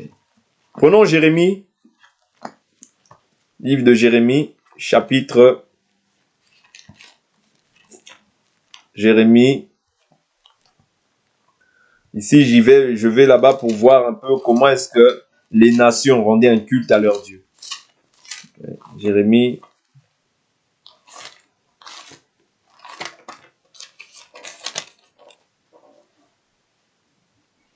Jérémie chapitre 10, je prends le verset 1. Écoutez la parole de l'Éternel, que l'Éternel prononce contre vous, maison d'Israël. Ainsi parle l'Éternel, n'imitez pas la conduite des nations, et ne soyez pas terrifiés par les signes du ciel, parce que les nations en ont la terreur. Car les coutumes des peuples ne sont que vanité. On coupe l'arbre dans la forêt, la main de l'ouvrier le travaille avec la hache, on l'embellit avec de l'argent et de l'or. On fixe avec des clous au marteau pour qu'il ne vacille pas. Ces dieux sont comme une colonne massive, ils ne parlent pas. On les porte.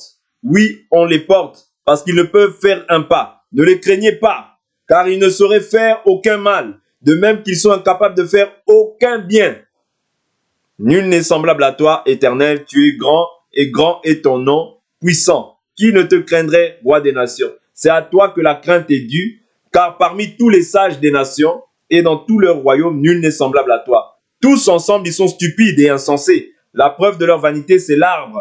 On apporte de Tarsis des lames d'argent et d'Ouphas de l'or, œuvre d'artisans sorties des mains de l'orfèvre. On habille les dieux de pourpre violette et rouge, tous sont une œuvre d'artiste, mais l'Éternel est Dieu en vérité. Lui, le Dieu vivant, est le roi éternel. La terre tremble devant sa colère et les nations ne supportent pas sa fureur. Vous leur parlerez ainsi: les dieux qui n'ont pas fait les cieux et la terre disparaîtront, et la terre est de dessous les cieux. Ouais. Il a fait la terre par sa puissance, il a fondé le monde par sa sagesse, il a étendu les cieux par son intelligence. Qui a fait ça? C'est l'Éternel. Ce n'est pas les dieux païens. Vous voyez? Ce n'est pas les dieux étrangers. Okay? C'est lui qui fait toutes choses par sa main puissante. Je continue, il dit: il produit les éclairs pour la pluie, il fait sortir le vent et de ses réserves. Tout homme devient stupide par sa connaissance, tout orfèvre est honteux de sa statue, car ses idoles ne sont que fausseté. Il n'y a pas en elles de souffle, elles ne sont que vanité, une œuvre ridicule. Elles disparaîtront. Quand viendront leurs châtiments? Celui qui est la part de Jacob n'est pas comme elle, car c'est lui qui façonne tout. Et Israël est la tribu de son héritage. L'Éternel des armées est son nom. Ouais. C'est tous les dieux sont des dieux païens. Michée chapitre 4 verset 5, la Bible nous dit quoi? C'est très important. Notez ces versets-là qui peuvent vous aider en fait face aux hérésies de perdition. Ouais, aux hérésies de perdition, aux doctrines de démons, ouais, qui sont prêchées au jour d'aujourd'hui, comme les kémites, comme les dieux des Noirs, toutes ces choses-là, les bantous. Moi, je ne suis pas bantou, moi, je suis un enfant de Dieu. Okay? Parce que la Bible nous dit: nous ne connaissons désormais personne selon la chair. Christ même, nous ne connaissons pas aussi selon la chair. Nul n'est question pour toi de mettre un Jésus-Christ avec une tête comme ça. Non. Jésus, ce n'est pas vos photos. C'est pas ça, Jésus. Ça, c'est une idole. Ça, c'est pas Jésus. C'est un démon. Vous voyez? C'est pas Jésus. Jésus est esprit. Il habite en nous par son esprit. La Bible nous dit: vous ne ferez pas de représentation de ce qui est dans les cieux, sur la terre, sous la terre et plus bas que terre. Nous ne pouvons pas faire de représentation. Mais nous voyons aujourd'hui des chrétiens qui mettent des poissons. Pourquoi tu mets un poisson? Dieu nous a dit de ne pas faire de représentation. Ouais. Dieu nous a dit de ne pas faire de représentation. Parce que Dieu est esprit. Un esprit, c'est immatériel. Tu ne peux pas mettre un poisson, un animal quelconque, une colombe. Oh, parce que ça représente la sainteté. Non. Dieu nous a dit de ne pas le faire. Nous ne le faisons pas. Quand nous le faisons, nous attirons la colère de Dieu auprès de nous. Ça veut dire que nous ramenons nos pensées, nos philosophies, plutôt que de laisser la volonté de Dieu, en fait, s'accomplir. Michée 4, verset 5. Tandis que tous les peuples marchent chacun au nom de son Dieu, nous marchons, nous, au nom de l'Éternel, notre Dieu, à toujours et à perpétuité. Ouais. Toutes les nations marchent au nom de leur Dieu. Ce n'est pas étonnant aujourd'hui que nous comprenions que la nation que Dieu a choisie, au jour d'aujourd'hui, c'est l'Église. C'est l'Église. L'église véritable, parce qu'à la surface de la terre, en réalité, il n'y a qu'une seule église. Il n'y a pas plusieurs églises. Mais il y a beaucoup plus de commerçants. Parce que ce qui a été, c'est ce qui est, c'est ce qui sera. Rien de nouveau sous le soleil. Il n'y a qu'une seule église à la surface de la terre. Donc Jésus est la tête, nous sommes les membres du corps. Et l'église, là où Jésus règne, c'est là où il faut être. L'église, là où Jésus est la tête, c'est là où on doit être. Où les membres se soumettent pleinement à sa volonté, ils s'abandonnent totalement à lui, c'est là où on doit demeurer. Pas ailleurs. Parce que ailleurs, c'est la fausseté. Ailleurs, c'est le mensonge. Ailleurs, c'est les ténèbres. Et la Bible nous dit que les ténèbres ne régneront pas toujours. Pour demeurer éternel avec Dieu, pour hériter la vie éternelle, il faut rester en fait dans la véritable parole. Je prends encore des écritures qui vont nous aider. Que vous aurez dans votre carquois.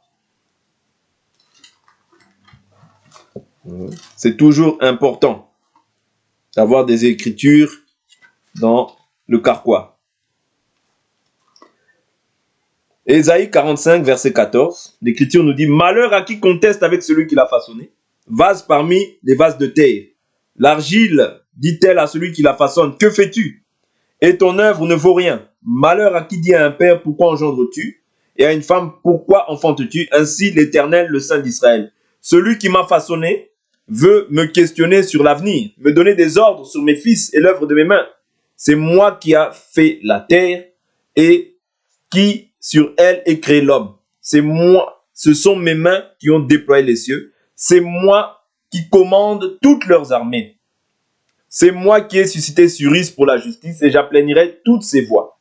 Je rebâtirai ma ville et laisserai parmi mes déportés sans indemnité ni présent, dit l'Éternel des armées. Vous voyez? Donc je continue. Au verset 14, il dit, ainsi parle l'Éternel. Les gains de l'Égypte et les profits de l'Éthiopie et ceux des Sabéens, hommes de haute taille, passeront chez toi et seront à toi. Ces peuples marcheront à ta suite, ils passeront enchaînés, ils se prosterneront devant toi et t'adresseront leurs prières. C'est chez toi seulement qu'est Dieu. Je reprends. C'est chez toi seulement qu'est Dieu. Il n'y en a point d'autre. Les dieux sont néants.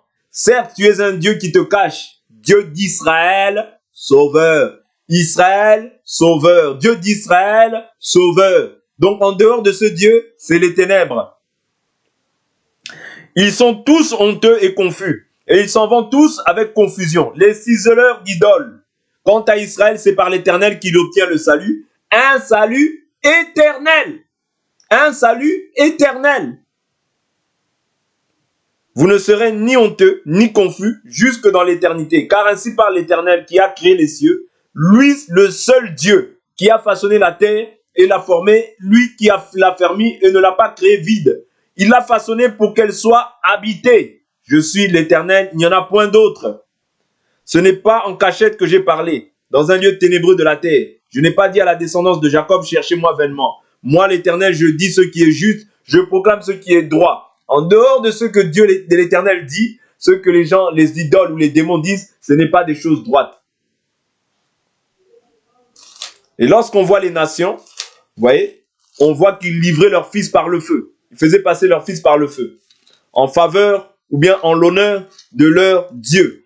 Vous voyez, des divinités païennes. Ok? Des divinités païennes. Ce que l'Éternel n'avait pas, ce que l'Éternel ne recommande pas, en fait, aux saints. Vous voyez? Aux saints, aux enfants de Dieu. C'est-à-dire, ils avaient leur manière de rendre leur culte à Dieu. Et ici, nous avons vu que Dieu est le Dieu d'Israël. Et qu'il est dit, qu'est-ce qu'il est dit dans la Nouvelle Alliance concernant Israël? Parce que quand on dit Dieu d'Israël, vous voyez, ne voyez pas cela comme si au jour d'aujourd'hui, Israël comme étant la nation, vous voyez, Dieu est avec eux. Non, parce que Israël, aujourd'hui, nous allons voir qui c'est, de qui il s'agit. Vous voyez, Israël, nous allons voir de qui il s'agit rapidement. Je sais que dans l'autre partie, peut-être que nous l'avions déjà vu, mais Je ne cesse de vous rappeler ces choses car pour vous, elles sont aussi salutaires. Pour nous tous d'ailleurs. Galates chapitre 3. Galates chapitre 3. Je prends à partir du verset 6. Ainsi Abraham crut Dieu, et cela lui fut compté comme justice. Reconnaissez-le donc, ceux qui ont la foi sont fils d'Abraham. Ah, ceux qui ont la foi en qui? En Christ sont fils d'Abraham. C'est-à-dire nous héritons le salut par la foi en Christ Jésus et nous sommes bénéficiaires de toutes les promesses qui avaient été faites à Abraham. Aussi l'Écriture prévoyant que Dieu justifierait les païens par la foi, a d'avance annoncé cette bonne nouvelle à Abraham. Toutes les nations seront bénies en toi. C'est-à-dire c'est en Christ que nous recevons la bénédiction. Je continue. Toutes les nations seront bénies en toi. C'est-à-dire quand il parlait d'Abraham, en réalité il parlait de Christ. C'est-à-dire quand on rentre en Christ, nous héritons aussi toutes les bénédictions qui ont été faites à Abraham. Alléluia. De sorte que ceux qui ont la foi sont bénis avec Abraham le croyant. Donc quand j'ai la foi, je suis béni avec Abraham le croyant. Mais quand toi tu n'as pas la foi, tu es dans les ténèbres. Quand tu n'es pas en Christ, quand je dis Christ, ne me dis pas que tu es protestant. Parce que si tu es vraiment en Christ, Dieu doit te sortir de ces choses-là. Oh, moi je suis catholique, j'ai la foi. Tu n'as pas la foi comme il faut. Tous ceux en effet qui dépendent des œuvres de là. Pourquoi? Parce que tu es dans un hôtel étranger. Tu es dans un hôtel où il y a déjà eu ébranlement. L'ébranlement ici, vois-le comme étant en fait les idoles que vous élevez. Or, les idoles aujourd'hui ne sont peut-être pas physiques, mais les idoles aussi, en fait, ce sont des enseignements, que des hérésies de perdition que vous êtes en train de transmettre aux gens afin qu'ils s'éloignent du salut. Parce que quand on ne demeure pas dans le salut tel qu'il a été présenté, on demeure dans l'égarement. De sorte que tous ceux qui ont la foi sont bénis avec Abraham le croyant. Tous ceux en effet qui dépendent des œuvres de la loi sont sous la malédiction. Car il est écrit, maudit soit quiconque n'observe pas tout ce qui est écrit dans le livre de la loi pour le mettre en pratique. Et que nul ne soit justifié devant Dieu par la loi. Cela est évident puisque le juste vivra par la foi. Okay? Le juste vit comment? Par la foi.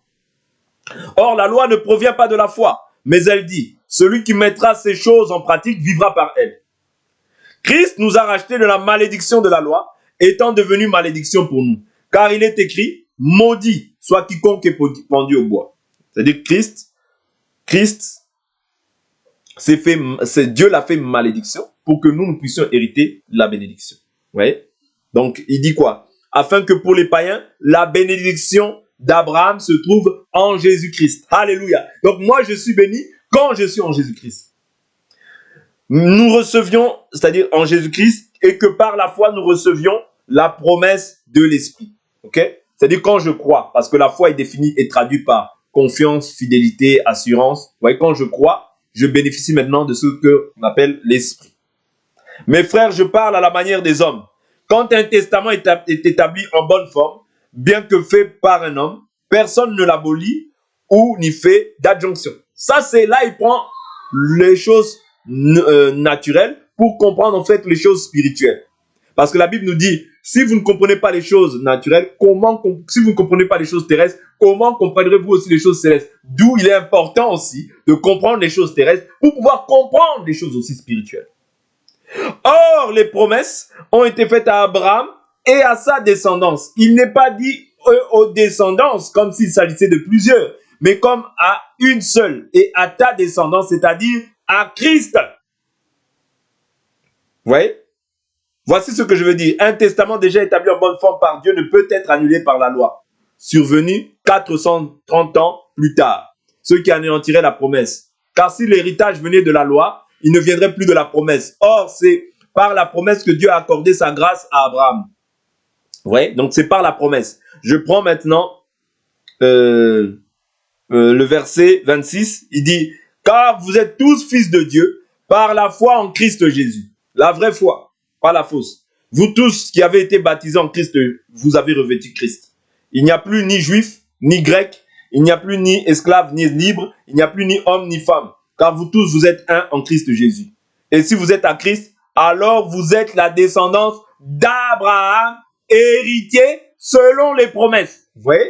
Donc Israël ici au jour d'aujourd'hui, vous voyez, nous ne disons pas Israël selon la chair, non. Vous voyez? mais spirituellement, vous voyez, je suis héritier, vous voyez, de toutes les promesses qui ont été faites à Abraham. C'est-à-dire, nous sommes la descendance d'Abraham lorsque nous sommes en Christ Jésus. Nous devenons la descendance d'Abraham. Vous voyez? Non pas selon la chair, mais selon l'esprit. C'est-à-dire, comme j'ai cru, comme Abraham avait cru, vous voyez, je deviens aussi héritier de toutes les promesses. Je deviens aussi la descendance d'Abraham. Donc, le véritable Israël aujourd'hui, ce n'est pas en fait ceux que nous voyons à Tel Aviv. Non. C'est nous, en fait, qui avons cru, selon Dieu. Ouais, ici, je ne prends pas, en fait, selon la chair. Non. Selon la chair, il a cette descendance. Mais selon l'esprit, c'est nous, les croyants, qui croyons en Christ Jésus. Parce que quand je crois en Christ Jésus, j'atteste que Dieu est vivant. Mais quand je ne crois pas, je fais de Dieu un menteur. Voilà pourquoi nous ne subirons pas la condamnation. Mais tous ceux qui auront placé leur foi en un autre Dieu, Kimbangu, Mahomet, qui que ce soit, Allah, ou je ne sais pas, Bouddha, Krishna, bien tous les faux dieux que vous voyez, Kimbangu, tout ça, les presbytériens, les luthériens, les protestants, les évangéliques, tout ça, ce sont en fait des idoles. Ce sont des idoles. Même si plusieurs disent Jésus, mais du fait qu'ils ne sont pas en fait, ils ne demeurent pas en fait dans la doctrine des apôtres, ce sont des idoles, ils ne verront pas le Seigneur. Pour voir le Seigneur, il faut t'assurer, vous voyez, que tu demeures dans la doctrine. Voilà pourquoi je vous ai dit que Élie, la chose qu'il devait faire, ce n'était pas de bâtir encore sur un fondement qui était déjà ébranlé. Il devait d'abord renverser, c'est-à-dire il devait d'abord rebâtir l'autel. Rebâtir l'autel. C'est très important, parce que l'autel détermine le salut. Ah oui, l'autel dans lequel tu es détermine ton salut. Si l'autel est conforme à la parole, ton salut est valide. Oui? Mais si l'autel n'est pas conforme, en fait, tu t'éloignes du salut. C'est très important parce qu'aujourd'hui, la subtilité voudrait en fait que on dise bon, les évangéliques, c'est pas grave, hein, ils sont comme tout le monde. Les protestants aussi, hein, c'est des chrétiens. Non, non, non, non, non, non, non, non.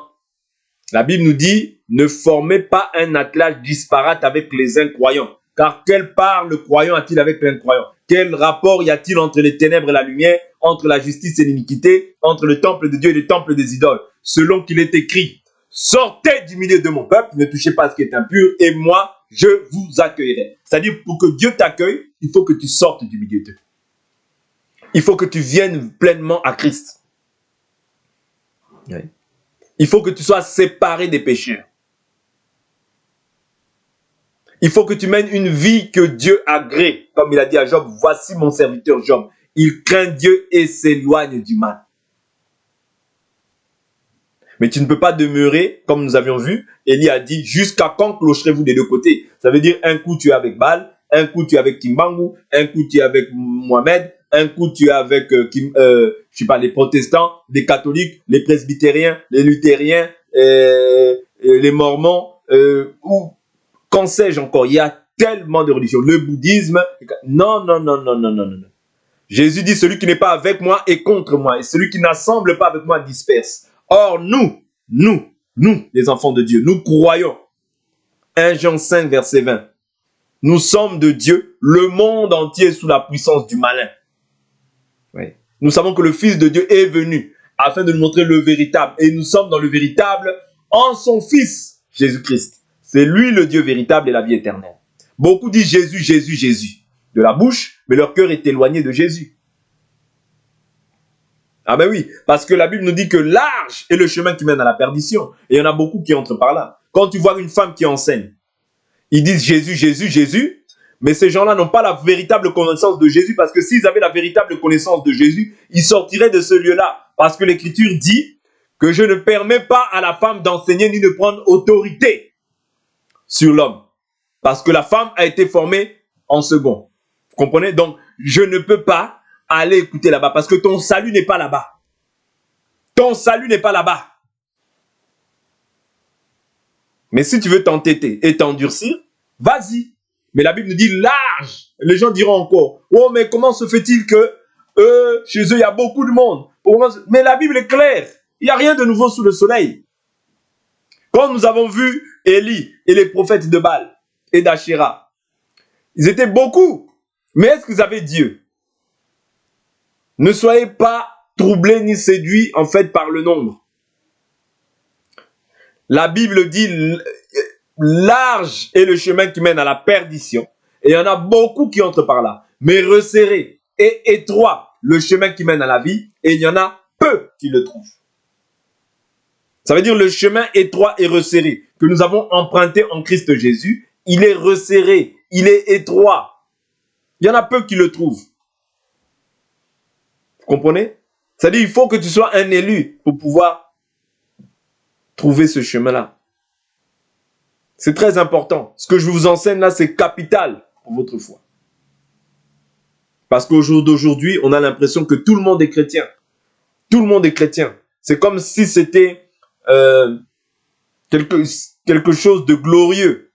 Oui, ça l'est. Mais quand on demeure dans le vrai. Oui. Mais quand tu demeures dans le faux, tu perds ton temps. Tu perds ton temps. Mais la Bible nous dit quoi? De racheter le temps, car les jours sont mauvais. Quand je dis ça, je ne viens pas condamner.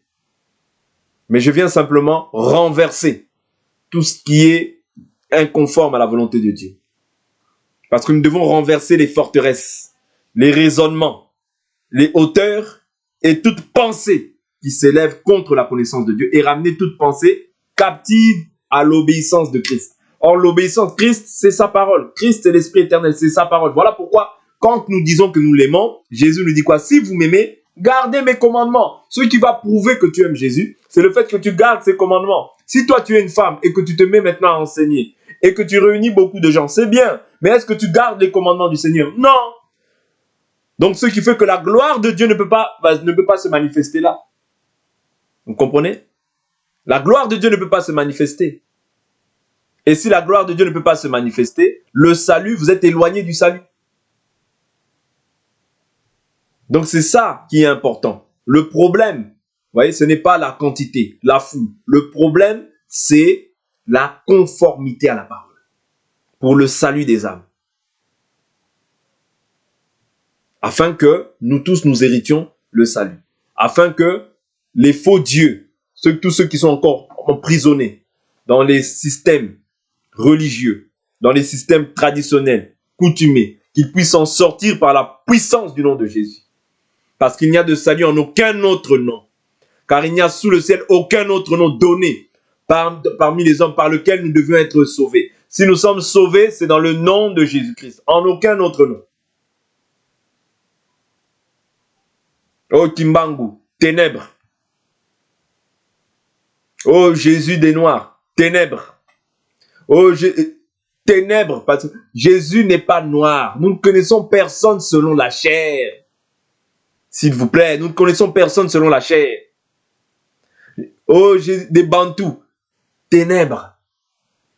Oh tout ça, ténèbres, ténèbres et ténèbres. Ce sont les dieux des nations. Dieu avait fait une alliance avec Israël. Nous avons vu ça dans Ésaïe 45, verset 14. Oui. Donc c'est très important de comprendre le temps. Pourquoi j'ai fait toute cette démarche-là, en partant de Noé par Abraham, vous voyez, j'ai fait toute cette démarche pour vous faire comprendre en fait comment est-ce que Dieu a commencé. Oui. Comment est-ce que Dieu a commencé. Et nous reviendrons par la suite, par la grâce de Dieu, pour voir aussi quels sont les attributs de Dieu. Oui. Mais comment est-ce que Dieu a commencé? Où est-ce que Dieu a commencé? Dieu a commencé quelque part, vous voyez, pour maintenant accomplir sa volonté. Il s'est manifesté en Christ. C'est la volonté parfaite de Dieu, nous la voyons en Christ. Parce que Jésus lui-même prêchait l'évangile du royaume. Pilate lui a dit, tu es roi. Il a dit, oui, je suis roi. Oui. Il dit, mon royaume n'est pas de ce monde. Or, comme il est roi, ça veut dire que dans un royaume, il y a un roi et il y a un peuple. Et nous sommes le peuple de Dieu. Nous sommes la nation sainte, la nation mise à part de Dieu. Oui. Nous sommes une nation sainte. Je prends cette écriture-là et on va s'arrêter pour aujourd'hui.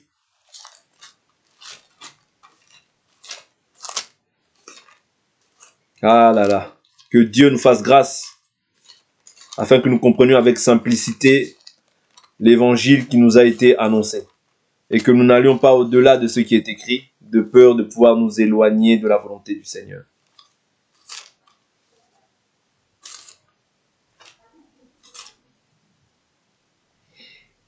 Je prends l'écriture dans le livre de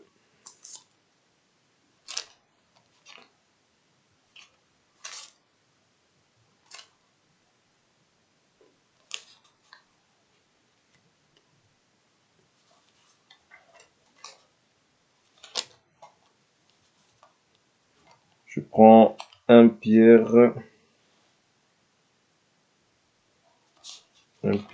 chapitre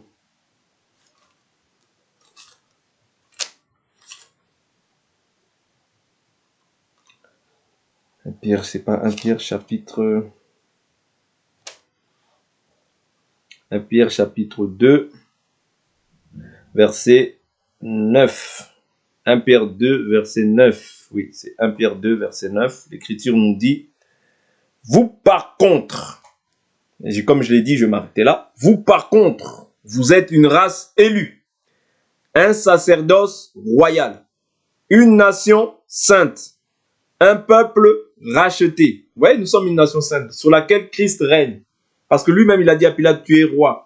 Vous voyez, donc Christ règne sur cette nation. Il ne règne pas partout. Au jour d'aujourd'hui, il ne règne pas partout. Il règne au milieu des saints. Une nation sainte, un peuple racheté. Comment on a été racheté? Par le sang de Jésus. Vous comprenez? C'est aussi simple que ça. Afin d'annoncer les vertus de celui qui vous a appelé des ténèbres. Autrefois, nous étions pécheurs. Nous étions ténèbres. Lorsque nous ne connaissions pas Dieu, nous étions voués, dévoyés à toutes les idoles muettes. Mais aujourd'hui, Dieu nous a fait grâce en nous appelant à lui par Jésus, pour que nous puissions hériter du salut, par la grâce au moyen de la foi. La grâce, ce n'est pas l'effort de l'homme, mais c'est une faveur de Dieu. Et la foi que nous obtenons, c'est parce que nous avons placé notre confiance en Christ. De racheter, un peuple racheté, afin d'annoncer les vertus de celui qui vous a appelé des ténèbres à son admirable lumière. Vous qui autrefois n'étiez pas un peuple, et qui maintenant êtes le peuple de Dieu. Amen. Et maintenant, nous sommes le peuple de Dieu. Vous qui n'aviez pas obtenu miséricorde et qui maintenant avez obtenu miséricorde. Chers frères et sœurs, tu as obtenu miséricorde par la grâce de Dieu en Jésus-Christ. Ne te livre pas à tout enseignement qui peuvent t'égarer. Ne te livre pas aux pratiques des faux dieux. Ne te livre pas à la célébration ou bien à la fête, ou bien aux fêtes païennes. Parce que Dieu aujourd'hui ne nous demande pas de célébrer les fêtes. Oh la Pâque, oh fête des pères, fête des mères, tout ça. Ouais. Quelle fête encore? Il y a tellement de fêtes. Ouais. Aujourd'hui, la Pâque, nous la célébrons tous les jours en Christ Jésus. C'est ça notre Pâque. Christ, notre Pâque, a été immolé. C'est-à-dire nous célébrons la Pâque tous les jours. Nous ne sommes pas là pour célébrer une fête en particulier. Non. Et la Pâque que nous célébrons, c'est le fait que nous avons été délivrés. Le fait que nous avons été délivrés en fait de l'Égypte, des rudiments de l'Égypte. Nous le glorifions tous les jours. Nous lui rendons des actions de grâce tous les jours. Mais ceux qui sont dans les ténèbres, même les églises qui sont ténébreuses, vont vous demander de célébrer la Pâque physiquement comme ça. Non! Vous n'avez rien compris. Vous ne comprenez ni les Écritures, ni la puissance de Dieu. Nous célébrons la Pâque tous les jours. Nous rendons gloire à Jésus tous les jours parce qu'il nous a délivrés de la puissance des ténèbres. Il nous a transportés dans son admirable et glorieuse lumière. C'est ça notre Pâque. Mais nous ne devons pas célébrer une Pâque physique comme ça. Nous n'avons plus de fête. Tout cela, c'était l'ombre des choses à venir. Mais la réalité est en Christ, chers bien-aimés. Chers bien-aimés, frères et sœurs, que Dieu vous garde, que Dieu vous fortifie dans ces temps difficiles. Qu'il vous soit favorable, qu'il vous donne la force de tenir face à tous les vents contraires de doctrines qui s'élèvent. Parce que le diable veut attirer un maximum d'âmes avec lui en enfer. Voilà pourquoi tenez ferme, tenez bon. Tenez bon, vous qui êtes debout. La Bible dit celui qui est debout qu'il prenne garde de ne pas tomber. Ne tombe pas mon frère. Sois encore fortifié, sois encore encouragé. Et encore du zèle pour la parole. Et Dieu te donnera. La Bible nous dit ceux qui se confient en l'Éternel, ils renouvellent leur force. Que Dieu renouvelle tes forces. Qu'il te donne la force de pouvoir combattre et saisir la vie éternelle pour sa gloire. Parce que désormais le temps est court. Amen. Que Dieu nous fortifie, que Dieu nous garde dans sa bonté. Qu'il vous fasse du bien, qu'il vous soit favorable, qu'il vous donne la force dont vous avez besoin. Là où il y a peut-être des difficultés, que Dieu vous donne la force. Là où il y a peut-être un refroidissement, que Dieu ranime encore tout ce qui était refroidi en vous. Là où il y a peut-être des déceptions, que Dieu puisse panser les blessures de votre cœur. Là où il y a peut-être des humiliations, que Dieu puisse panser toutes ces humiliations, que Dieu puisse vous relever, que Dieu puisse vous relever, que Dieu puisse vous relever, que Dieu vous fortifie, que Dieu vous donne encore la force qui vous manque, que Dieu ranime encore la flamme du don de l'Esprit en vous, qu'il ranime encore la vie de prière, qu'il ranime encore l'amour de sa parole en vous, qu'il ranime tout ce qui était éteint, enfoui, tout ce que le diable a voulu jeter dans ta vie pour te décourager dans la foi. Que l'Éternel Dieu, qui est vivant, qui ne sommeille ni ne dort, soit ton bouclier. Comme il a dit à Abraham, Abraham, je suis avec toi, je serai ton bouclier. Que l'Éternel soit ton bouclier, qu'il soit ta haute retraite, qu'il soit ta forteresse, qu'il te donne la force qui te manquait, qu'il t'aide à marcher d'une manière qui est digne des saints, et ainsi que tu puisses le glorifier dans tout ce que tu fais. Que l'Éternel vous bénisse. À la prochaine. Shalom, shalom et shalom. Soyez bénis.